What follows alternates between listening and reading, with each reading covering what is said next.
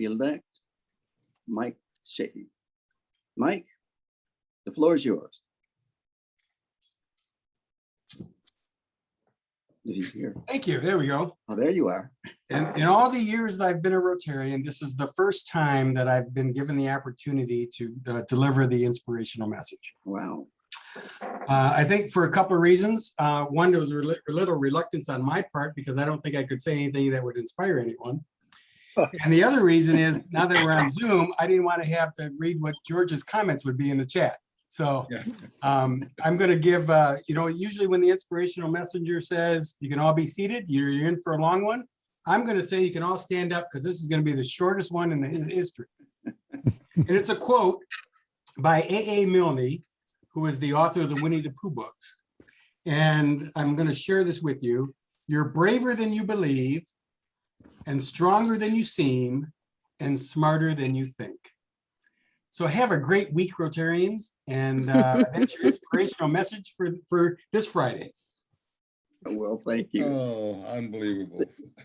It benefits us to learn these things. Thanks. Are there any updates on the health and safety of Rotarians? Only that from what I have not talked to Reverend Jim, but I did earlier in the week, and he was making good progress. He really sounded good. I was going to catch up to him this morning and did not to find out his exact status.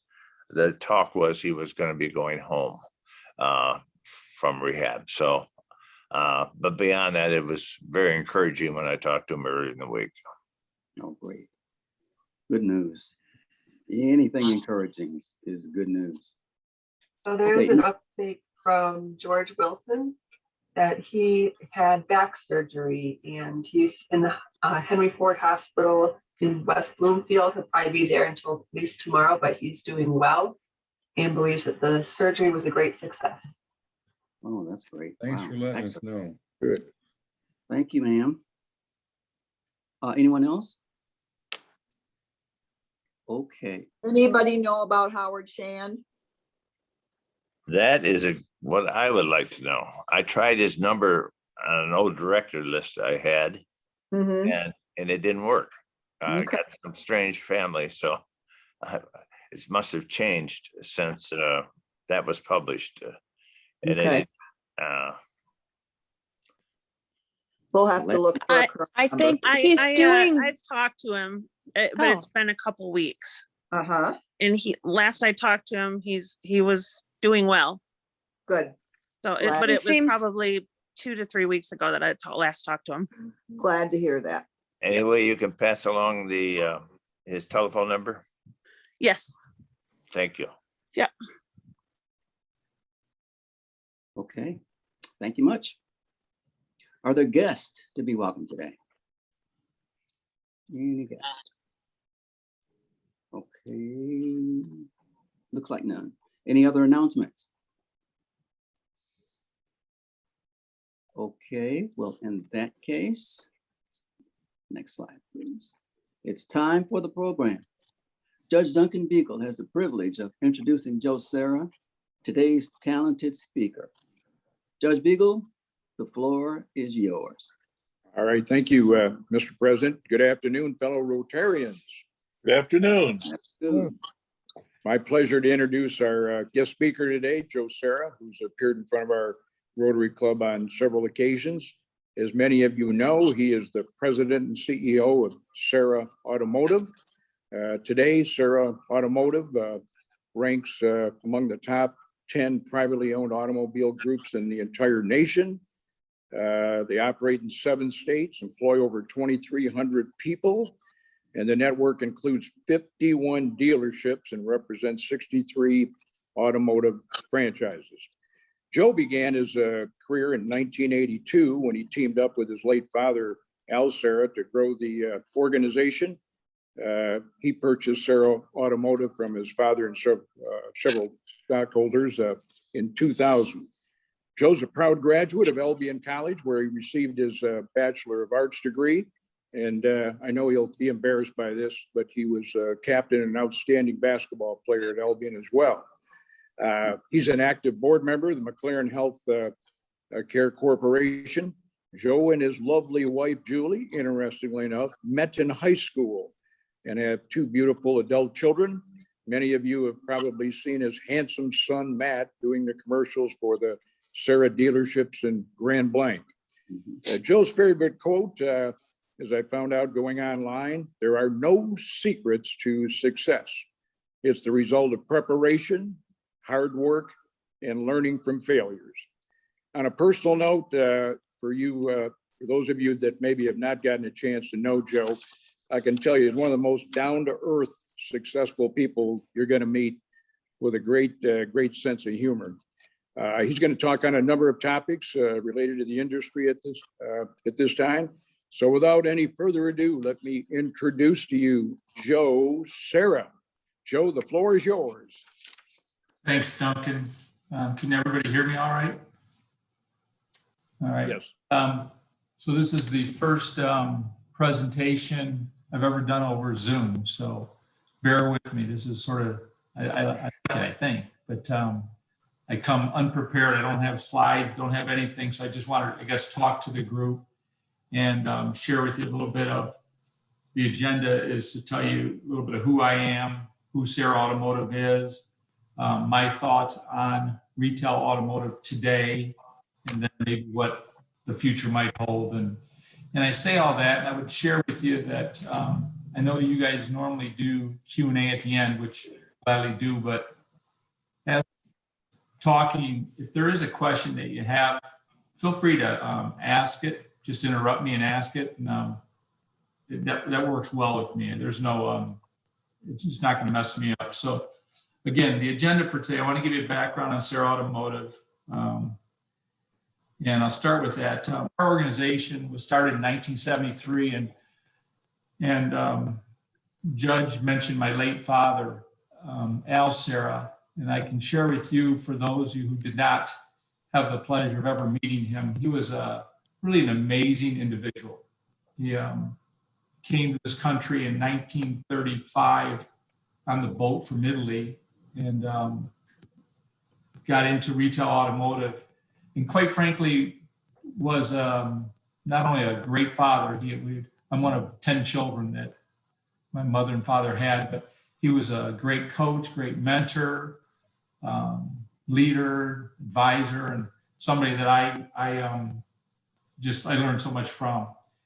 So he started the company in 73. I joined him in 82 after attending Duncan Beagle's school, which Albion, he was the legend there. I can tell you that. I might have played basketball, but he was the athlete at Albion. But I joined him in the business, and then today you mentioned my son Matt. We now have my son Matt also in the business. So we really have what would that be? That'd be almost 50 years, 48 years of, I guess, family owned and led company. And so it's really been an honor to carry on my father's tradition and also to watch my son carry on and, quite frankly, improve upon what my father and I have been able to accomplish so far. The organization started, my father bought in 73 a little store called Yerke and Son Chevrolet in Grand Blanc. I don't know if many of you ever heard of Yerke and Son, but the building still exists today. It sits directly across the street from Holy Family Church on Saginaw Street. And I remember the day he bought it. And we grew up in a little town called Waterford. We're from the Pontiac, Michigan area. And he said, we're going to go up to Grand Blanc. And to me, that was up north. I mean, we never went north. And especially with 10 kids, you didn't go anywhere. So we drove to Grand Blanc, saw this little store. And I look at it every time I'm in Grand Blanc and drive by it. It's just hard for me to envision what he was able to do from that little store to today.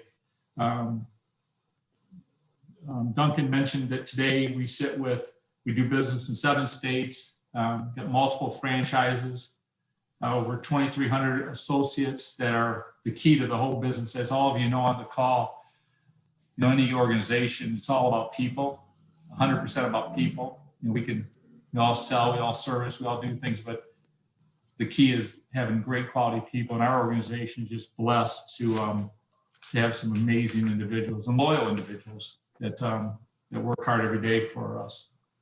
From a number standpoint, we did about 2.2 billion in sales last year, and we delivered just over 64,000 retail units. So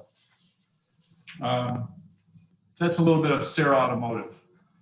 Now let's talk about the current state of the U.S. auto industry. And I think all of you here know that 2020 was just a really unusual year, not only for retail automotive, but for every industry. I look back and we started off January and February, which is so strong. And I think the economy, everything was strong, I would say. And then March of 2020 hit, and the pandemic, COVID-19 pandemic was announced. And it really, I wrote down here, it put the brakes on the entire economy.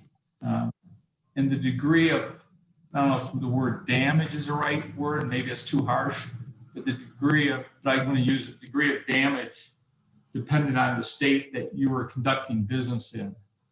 And every governor of every state, sort of set their own rules and guidelines, and whatever rules and guidelines they set sort of impacted the economy of that state. And I was able to sit here and watch 7 different states and how they treated the pandemic. And Michigan and New Jersey, which is 2 of the 7 I do business in, were the most challenging, and by a wide margin, wide degree. Retail automotive, from a service side, we were deemed essential. So we could fix your vehicles from a service standpoint, but from a sales, we were shut down completely for a 4-week period. And then another 2 weeks, we were allowed to do online sales. And then we were allowed to do appointment sales outside of the facility, out in, quite frankly, in the parking lot. So that was an interesting, couple months. The good news is in June, things picked up. We had what I call literally a bloodbath in March, April, May. But in June, it was back to normal, so we were fortunate there, and the pent-up demand. I told people, unlike the restaurant industry, which was obviously really, really impacted, the auto industry, restaurant industry, if you missed a meal or two, you missed a meal or two. It's not like you went into the restaurant 2 months later and made up all those meals. The car industry, if you weren't buying a vehicle when it opened back up, you then came in. So we had a lot of pent-up demand. So when the year finished out, we were fine. And it turned out to be a pretty stable year for us. Unfortunately, during that COVID time, some key decisions were made by some of our manufacturers. And I want to highlight, not all manufacturers made these decisions, but some of the manufacturers made a decision to cut production, and more importantly, to cancel some orders of materials that are needed to produce cars. And we're seeing that impact, that decision is impacting auto sales today. And you guys are very aware of the semiconductor chip. You guys have probably heard that everybody talking about it. But we have several manufacturers that literally can build a complete car, but are missing 1 or 2 items. And so they can't finish it. And so today, as we look at our industry, we normally, as a retailer, we would normally operate with a 90-day supply of inventory, new vehicle inventory, which is, quite frankly, that's probably heavier than we would like to be, but that's normally what we have, 90 days. And we began April with a 39-day supply. We started May with a 33-day supply, and estimates are we're going to end this month at about a 20-day supply of new vehicle inventories. And you'll see that if you're out driving around and look at a car dealer's lots, we're sitting there trying to, we got the vehicle sideways. We got them just trying to make it look like we have inventory, but we don't. What's the ideal supply number of days that you'd like to? Well, the ideal would be 60-day supply. I don't have the self-discipline to keep it at 60. That's why I tell you mine's normally 90. But ideal is 60. 60 would be perfect. And so we're currently sitting with, like I said, we're going to end this month under 20. And we're coming into June, which is a key selling month. June, July, August are big months. So there's going to be some damage from that. And earlier today, I read that they estimate that the cost of this shortage of the right components is going to cost the auto industry about $110 billion and possibly 3.9 billion vehicles that are going to be lost. So we're going to see some, I guess, damage from that, but it's not the end of the world.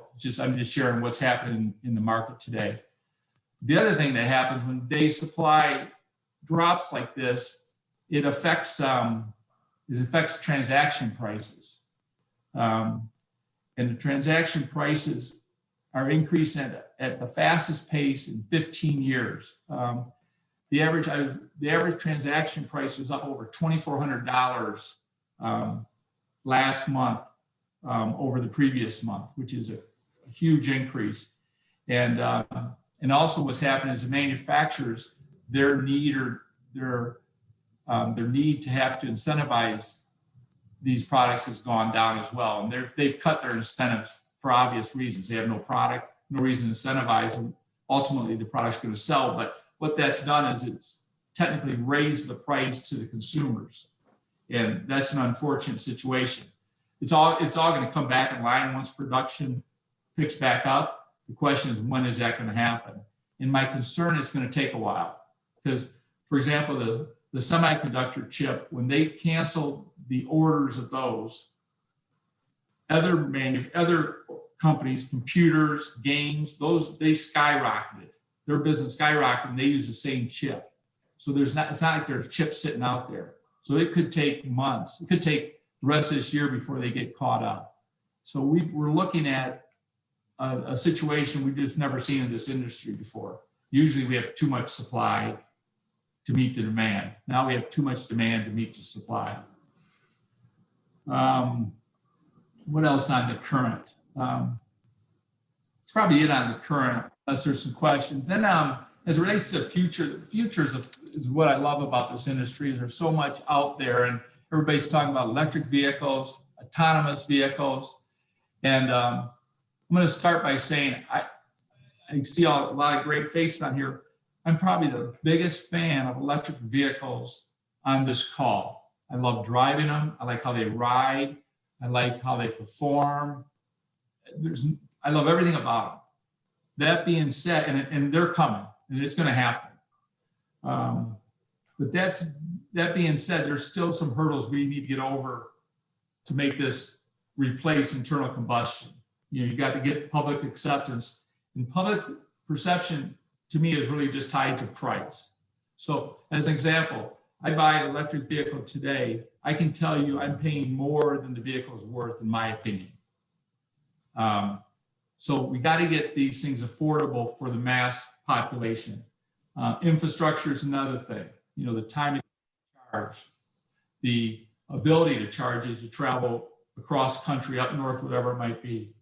The elements it takes to produce the batteries. And then just the grid, our ability to be able to accept the increased demand. There's some unknowns out there, but I can tell you government is pushing it. And because the government is pushing it, manufacturers are going that way. You probably heard Cadillac says their whole fleet is going to go there if the public sort of supports it. They plan on going all electric in a very near future. So is GM and are your other manufacturers, are they supporting infrastructure changes to support the electric vehicle grid? I mean, are they trying to support it? I believe they are, but it's, but are they, am I aware of them going out and saying, we're going to convert gas stations? I don't know that to be the case. Maybe somebody on the call does. I'd love to hear that. It's not really where, I just don't know that. But they have to, ultimately, they have to be, right? If they're going to say, we're gonna convert our fleet to electric, they can't do it unless they must have a plan. So I hope that's the case. And then autonomous vehicles, they're gonna, I mean, that's a no-brainer. I just don't see that happening. I guess, I think there'll be a day, one day, it won't be in my lifetime, where people are gonna sit around a kitchen table and make the statement. They're gonna say, can you believe humans were allowed to drive vehicles? And that day will happen. Not in my lifetime, but it's gonna happen. We shouldn't be driving vehicles. But again, there's a lot of infrastructure and things that have to happen. There's a lot of liability. Who's at fault if something happens? Who's to blame? A lot of litigious situations there. So, Duncan, I can go on with other things or just open up for questions if you'd like, whatever works for you. Okay, You have the floor. You can. go ahead, members. If you got questions, go ahead. Jerry, you are muted. You got to unmute yourself. I don't have a question. I just have a statement. Joe, I've purchased, I can't even count how many cars from Sarah since I was much, much younger.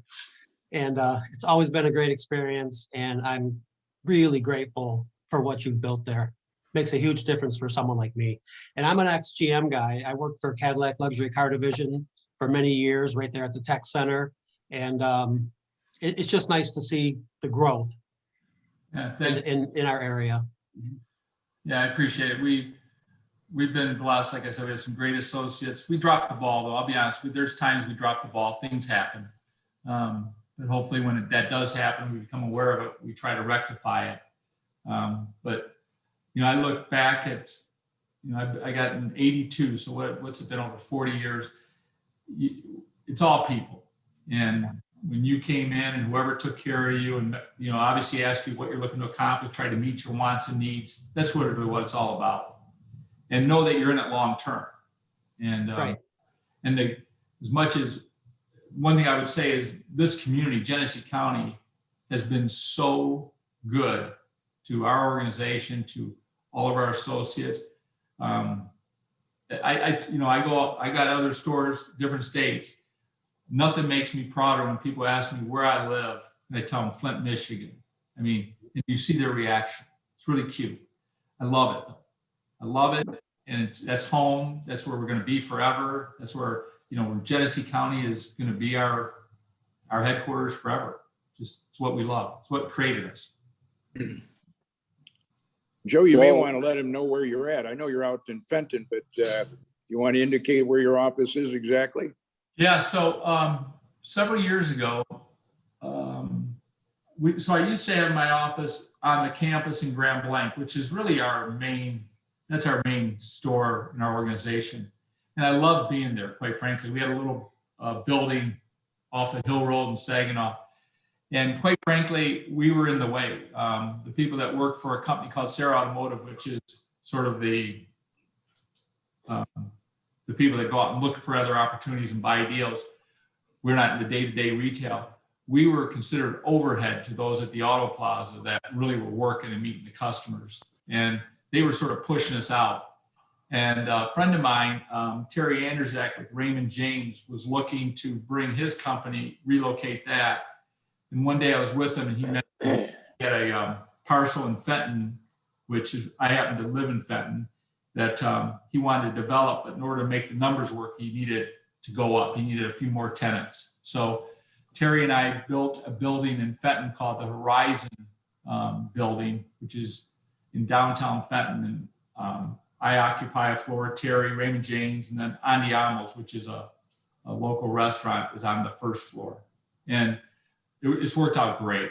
You know, I'll tell you a weird story, but I mentioned I'm fifth of 10 children in my family. My youngest brother is Down syndrome, Jeffrey. Jeffrey's 47 years of age, and he works with me. And he's probably the hardest Sarah worker in the family, quite frankly. And in my old building, he was on the first level and I was on the second. And it just bothered me that I'd have to make a point to go down and see him. He didn't like to come up because he didn't know if he should. And this new building, he's on this, you know, he is the main, when you come up the elevator, off the elevator, he's the first person you see. He's our greeter.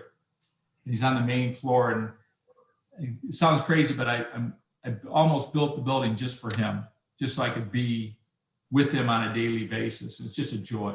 So Good try, Joe, but I really think he moved there because of Andiamo. yeah, You like Italian food. I do. Yeah, and they're doing well. Restaurants been through a lot. I feel so sorry for them. Yeah. Yeah, but they seem like they're coming back. Joe, what are the Joe? best-selling vehicles out there right now? Best selling, it's trucks. It's SUVs and trucks. And you see that. That's really weird. You see they're not even producing, a lot of manufacturers aren't even producing passenger cars anymore because the SUVs and trucks. But the best selling vehicle in the market, number one, is a Ford F-150 pickup truck. Has been for probably the last 10 plus years. So trucks and SUVs are in hot demand.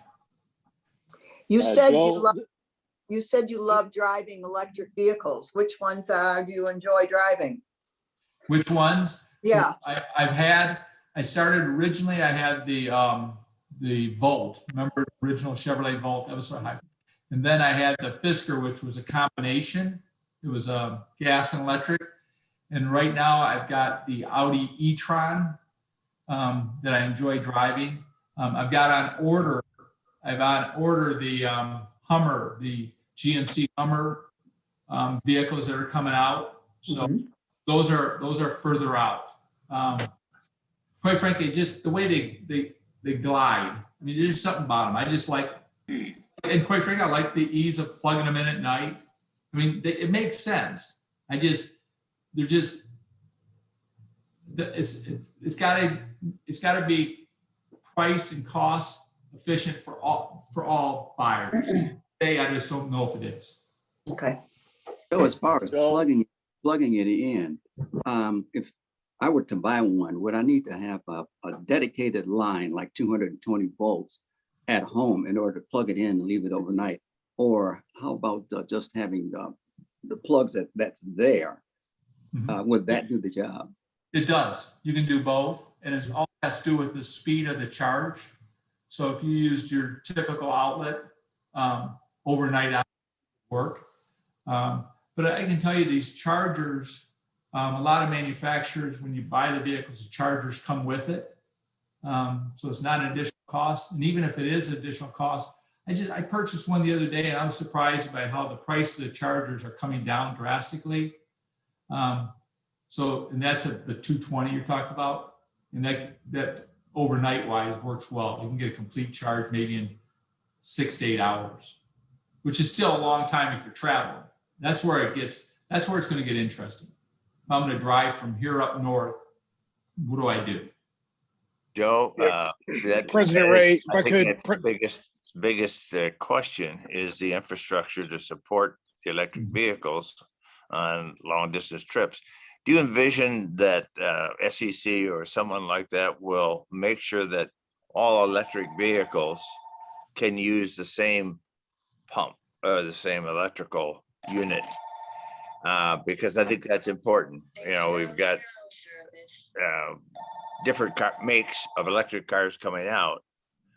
And if you build this infrastructure of electric filling stations, we'll call them, will the SEC dictate that you have the common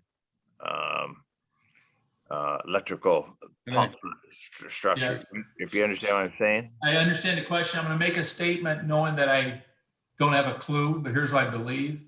And then somebody in this grouping will probably have the answer. But right now, all manufacturers use the same, what I call female and male, except for Tesla. Tesla has a different one. And it's my understanding they're the only ones with theirs. But I believe theirs has an adapter that can then convert to what I call the common one. So I think the answer is it is common, except for Tesla, but Tesla is the #1 electric vehicle producer today. So they started obviously prior, but I think there's an adapter so all vehicles would have that ability. Now, Hassan, I know you have a Tesla. Is that a correct statement, or I just make that up? I don't know because I only try to plug into Tesla, so I Do don't you know. have an adapter? Do you have an adapter where you could plug into other ones, or no? I do not, but my car or my wife's car is 5.5 years old. So Okay. Yeah. Yeah. I have Joe, while you're we're at right. it. Excuse Joe, me, so just go ahead, Kyle. Yeah, I'll I'd say come back. Joe's correct. The new Teslas have 2 ports, one for the Tesla charging and one for the universal. And then all of the other manufacturers have that universal charging already. Kind of like how VHS became a standard over time. Yeah. Joe, one of the wonders of the financial world is what happened to Tesla's market capital because of their lead, I guess, in electric car manufacturing. What do you think is going to happen there with when GM, Ford, BM, the rest of the world come with their electric vehicles? Is Tesla going to be able to maintain this kind of a capital value? Yeah, you know what? I am not way out of my lane when it comes to that. I can share with you that it's my understanding a lot of their income today is through the credits that they are able to provide to other manufacturers. They sell them off to other manufacturers. As those other manufacturers get into producing their own electric vehicles, they'll no longer need those credits or whatever. There's a term, I know credit's not the right term, but I don't know, Gassan. I'm strictly retail automotive. I don't do stocks. I don't do these numbers. Even some of the valuations of a lot of these companies, these startups, I have a hard time understanding. Joe, you were saying before about the manufacturers having concerns and problems right now about doing the new cars. How's the used car business going then? Yeah, so it's a trickle effect. So what happens is if I don't have new vehicles to sell, I'm not taking in trade-ins, which is the used vehicle that comes in on trade. All of a sudden that inventory also then will diminish. And on the used vehicle side, those prices have also gone up tremendously. Matter of fact, I read somewhere where last month the average used transaction was over $25,000. That's the average. I try to keep an inventory where my average inventory is at like 14,000. So if now the average transaction was 25, I've got a gap there. So used is going to be impacted as well. But remember, one thing I did say is not every manufacturer is in this situation. There's a couple manufacturers that never canceled any orders, never canceled any suppliers, and they've got inventory. And this is going to be interesting what's going to happen now in the next remainder of the year. If this brand doesn't have inventory and this one does, I think their market share could rise substantially. And who are they? Can you tell us? Well, I can tell you a couple of them. One is Toyota. They didn't back down at all. And my Toyota stores have a lot of inventory. And Honda would fall a close second. But they had some. The big one was Toyota. They read a different magic lamp or whatever than somebody else did. Wow. Joe, regarding that microchip thing earlier you mentioned, on the sales side, do you see anything down the pipeline? The problem has been, apparently, as I understand, is the foreign manufacturers. We've got a small little firm up west of Midland that does some microchip base manufacturing. Do you hear anything about the microchip being processed or manufactured in the United States now to prevent this? I did hear something about government trying to get a company up and started, but I'm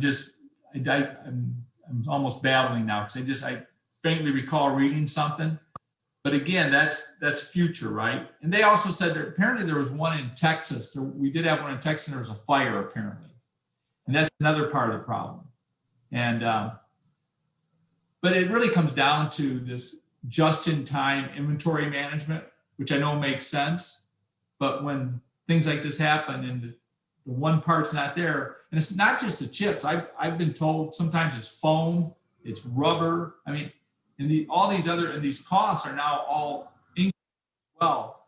So it's a real interesting challenge in the industry. But it seems like we always have challenges, right? I can't imagine. I think back to 08, 09, or 07 when the world crashed.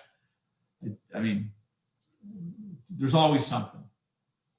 Thank you. Hey, Joe, I wanted to let President Ray know, but avoid not naming the company so I don't get a fine. But Ray's Friendly Neighborhood Utility will give him a $500 rebate if he installs a level 2 charger in his home.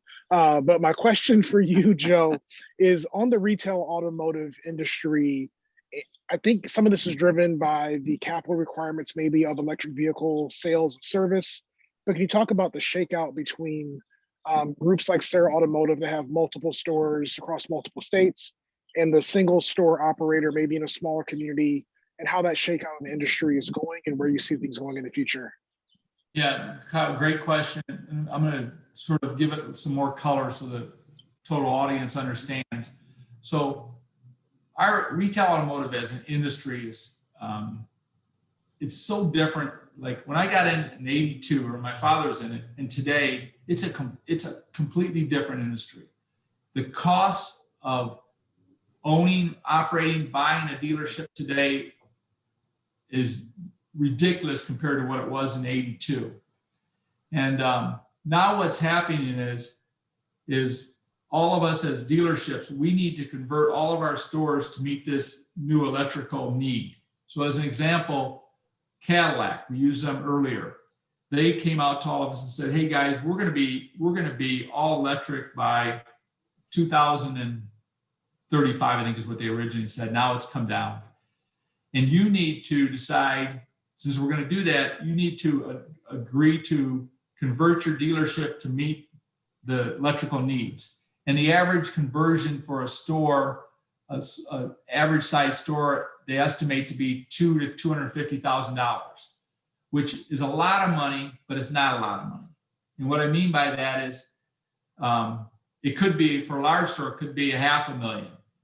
But for some stores, $250,000 or $500,000, I mean, that's years of work. And they got to decide, do I want to play? Do I want to participate? Or is it time to take a buyout? What they ended up doing was Cadillac just paid them to close their doors. And there was more hand raisers to take the money and close their doors than I would have guessed. But I think it comes down, Kyle, to just the smaller you are, the harder it is to absorb those types of costs. And that's where size and scale comes into play. But it's a direct expense and there's no way to recoup it. It's money you're going to invest and probably not see a return unless obviously electric vehicles, you sell more than you So does that include retraining of the service guys? Well, that's on top of it. We're going to have to train. But the training is not the problem. Our guys are doing that anyways, that they're training all the time. Those technicians are geniuses, quite frankly. You're lucky I'm not in the service lane. You'd be in trouble. I mean, these guys are brilliant, but they're training all the time. They're really, I respect them tremendously, the guys and gals that service the vehicles. I guess just a question on the thing in general, Joe. Bill back here. Where are we going to end up eventually getting all the electricity? We're getting rid of coal, we're getting rid of oil, we're getting rid of natural gas. Nobody wants to do nuclear anymore. So we got sun and wind, and everything in the community is going to go to electricity. Plus the remember I earlier mentioned one of the hurdles, and so that's a grid. So I know Kyle is on the line. Maybe he can answer that for us because it really falls in his category. Now you guys are definitely going to give me a $5 fine. Yes. So, We're working on more. Bill, yeah, Bill, I would say listen closely, I think, to the goals that you hear utilities talk about, ourselves, some of the other utilities. The goals are net zero carbon, not zero carbon. And so what that accounts for is storage. It accounts for still having potentially natural gas, but having carbon capture and storage. So you have zero emissions, but you still have the natural gas power. You will see coal go away. You will see most nuclear in America go away. That's more for insurance and financial reasons. But the gas will be here for a while in some capacity for that base load power and for that reliability for the manufacturers who need constant supply. But you'll see things like I said, carbon capture and storage, storage for electricity, even things like carbon offsets, which could be planting trees. So you can have a natural gas plant, but then you plant enough trees to offset the emissions of that plant. So it's not going to be all just solar and wind. Yeah, Texas last couple of months ago just comes to mind as, there's a whole lot of questions going forward, I think. And yeah, Texas was more because they built their gas plants not for the winter. This stuff was all exposed and froze. Sure. That was engineering issues as well as Mother Nature. Sure. Go to Shiawassee County, and it's acre after acre after acre of what were farms are now solar farms. Yep. It's unbelievable out there in Shiawassee County. And as Joe was saying about the some of the smaller stores taking the buyouts for farmers, it's a lot easier to go to the mailbox and get a check than it is to go out and go to the field. I have a question, Joe. What about 18-wheelers? They're high, strong diesel powered. How are those going to be powered in the future? I think everything's going to be electric long term. So they're going to have a big old truck that could be electric power. Eh? I think they're ahead of vehicles in some cases. If you look, there's companies out there that are just into that niche, and it's remarkable. Matter of fact, not only are they electric, they might be the first to be autonomous. Wow. The Chevy SUV and sedan that we looked at, we saw pictures of. Looks like a really sharp car. Have you driven them or anything? The electric or the internal combustion? No, the electric. So I think you're referring to is that the GMC Hummer version? No, not the Hummer. Just they have a sedan. They have a plain sedan and a little SUV, I think. A Chevrolet. Yeah. I'm not familiar with it. Joe, we had a presentation from the GM plant manager, Jack Hund, and he talked about the Bolt EV and the Bolt SEUV. Oh, I'm sorry. I thought it was a Chevy. Yeah, is that out, Jerry, or not? That's what I was asking. I think they're taking orders on them now. Yeah, he was from the plant that manufactures it that gave us the presentation, and he gave some very interesting information. They're talking about low to mid 30s for the cost of the Bolt EV, and that they were talking about 100,000 mile guarantee on the battery or 10 years, which was really interesting, and recharge to 100 miles in 10 minutes. Again, that all sounds great, Jerry. And when I see it, I'll be thrilled. Yeah, no, I'm just saying that's what the plant manager told us. But you know, the Audi that I purchased, when I placed the order, the range was 350 miles. The charge was whatever. Well, I can tell you it's 212 miles. Yo, that's because you got the air conditioning on. No, I'm just telling you it's 212. So my point is they'll figure it out, but we got to get there. It's got to be at 30 grand or less. It's got to be the range of 400 or more. We have to get there. It's got to be a quick charge. They'll figure it out. And when they do, I mean, I love it, but we're not there yet. Hey, what's service cost on an electric vehicle versus a gas powered? And just the not dollars, but what are we looking at? You know. Well, there's less maintenance, Jerry, because there's less parts, and so. Maintenance. The big unknown right now, and we won't know, is when the battery actually itself needs to be replaced, because vehicles aren't. How is that going to be done, and what's the cost of that? That's the great unknown. Nobody knows yet. We haven't experienced it. But maintenance itself, there's less components. There's gonna be less maintenance. So is that what it comes down to? Is there going to be just greater profit in manufacturing electric vehicles versus standard? You're saying why are manufacturers doing it? Mm-hmm. I think that why they're doing it is they've been mandated by government. They have certain standards they need to get to, and in order to hit them, internal combustion will not meet the government's needs. And I'm a believer that the world needs to evolve around what the individuals want versus government. But in this case, government's moving us in this direction. And I think the train has left the station. We're going. Yeah. Joe, I got one other comment. The General Motors has been working on the electrics, the Volt, for many, many years. And Kyle has been one of the users of them. But isn't GM a little bit further ahead than some people in terms of their experience? You know, I think it's easy for us to think that because I think we get more GM news and media because of where we're located. But I can tell you, take Volkswagen as an example. They're huge. You know, when you get outside of, and I think they're probably as far along as anybody. They're all the manufacturers. There's some that are sitting back, no doubt. There's some that are not playing. But I'll say this: GM would be one of the top 5 for sure, top 3. That's good. Yeah. The question is, though, Jerry, and this is a question I have on business. This is a great business question: is what advantage is there in being the leader? Now, Tesla, we know the advantage. It helped their stock prices. They're in the market. But sometimes there's not an advantage of being the first person or the second. Sometimes I can tell you from a business standpoint, sometimes it's better to sit back and wait.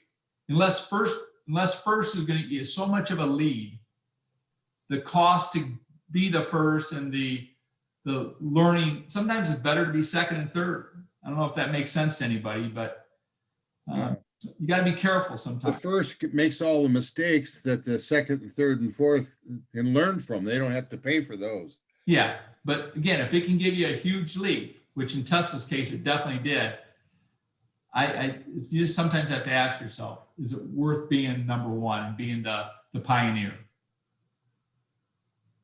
Joe, I have a question. This is Joe Fioroni. You bought a store down in Rochester, and it was a Ford dealership. And over the years, I haven't seen too many Ford dealerships in the Serra, family. How does that work out for you, and how does Rochester work out for you? So I'll give you a stat that's going to blow everybody's mind on this call. Show you how stupid I am. So remember, I got in the business in 1982, and by the way, my father started in Ford in Flint, Michigan. It was Oliver Ford on Clisle Road. Save big dough at the big O. I'll never forget it. So anyway, but here we are running the company, and it literally, I never knew until maybe 5 years ago that if you're going to be a Ford dealer, you want to be a Ford dealer in the Detroit market area. And the reason is 10% of all Fords that are sold in the nation are sold in the Detroit zone. Can you believe that fact? Do you understand that statement? 10% of all Fords sold are sold in Detroit. So with that, learning that, I then literally zeroed in on finding a Ford store in Detroit. And Rochester Hills, the owner, was a tremendous individual. He unfortunately has passed since selling. And so we bought it. Now the only negative to that story, great community, by the way, Rochester Hills, but I have to invest in a new facility there. The facility is horrendous, awful, but we'll get it fixed up. But it's a great brand in Detroit, good people, great community. Well, it gets you closer to Waterford for that's home. Yeah, that's home. I will say that I had a great experience at the location recently in Okemos. Scott McDaniel and John really hooked us up. So you got a great team out there. I got flowers and everything. So it was awesome. Whoa. Thank you. I did. Yeah, right. That's an awful nice facility, isn't it? It is beautiful. Well, Tommy Drudy didn't get me flowers. Yeah. No, that facility is, I'm gonna be paying, my son's children will be paying for that facility. Are there any other questions? I'm real happy that Joe's here, that's for sure. Oh, yes. Oh, yes. Joe, we appreciate you. Can I just make one comment? I'm going to go along with what Ed said before. The people that you have working for you, it's a pleasure to actually come into your dealership. It is, just, and it doesn't matter which one. I mean, which one of the separate ones, they are all just phenomenal. Thank you. Well, I appreciate it. I don't get the credit. I'll give that credit to Matt, my son. He's been there now running that operation. He joined us in 2011. So, you know, and I'll say this, you know, it's hard to watch your children and grade them through your own eyes. You don't see your kids. I mean, it's hard to, but I think he has a passion for the business, and he understands it to a far greater degree than I ever will. So I feel we're in good hands. That's why I'm comfortable continuing to grow it. But thank you. Thank you. Is the sergeant at arms around? Shouldn't that qualify for a fine for Joe? This is brazen advertising. Fine's going on. At least I have $5. no problem. I have no problem donating. I can do that. What's the shortfall we need, guys? Not our budget. Okay, our screen shows questions or comments, but we've had both. And Joe, I just wanted to show my appreciation for your being here, giving us this information, because it was very educational and brought us up to date on what's going to be going on, what's going on now and what's going on in the future.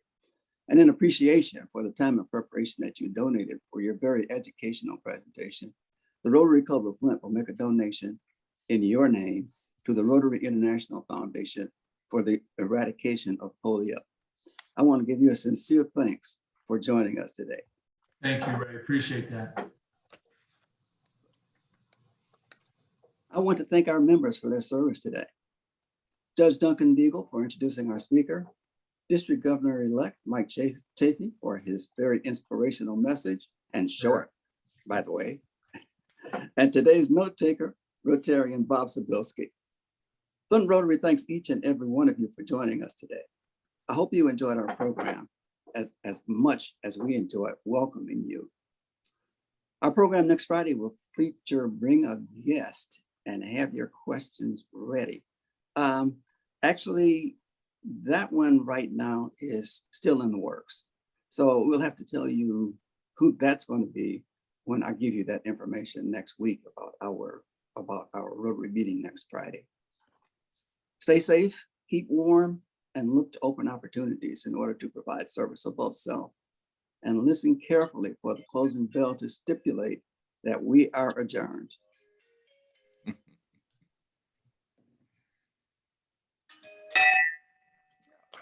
All right, it worked.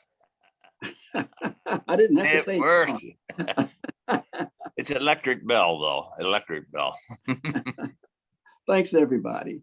And I look forward to seeing all of you next week. Bye-bye, everyone. Bye. Nice job, President Ray. Oh, thanks. Thanks. Mike, I want to, will you send that recommendation for a speaker to Lynetta? Just send her an email. I will do that. I'll do it right now. Okay, good. Thank you. All right, well, enjoy this 70-degree weather. I don't know what it's going to be next week, but we better grab the sun while it's shining and do a sun dance or something in it. We will do that. And Lynn, please, well, she's gone. All right. Bye-bye, guys. Have a good weekend. Thanks, you too.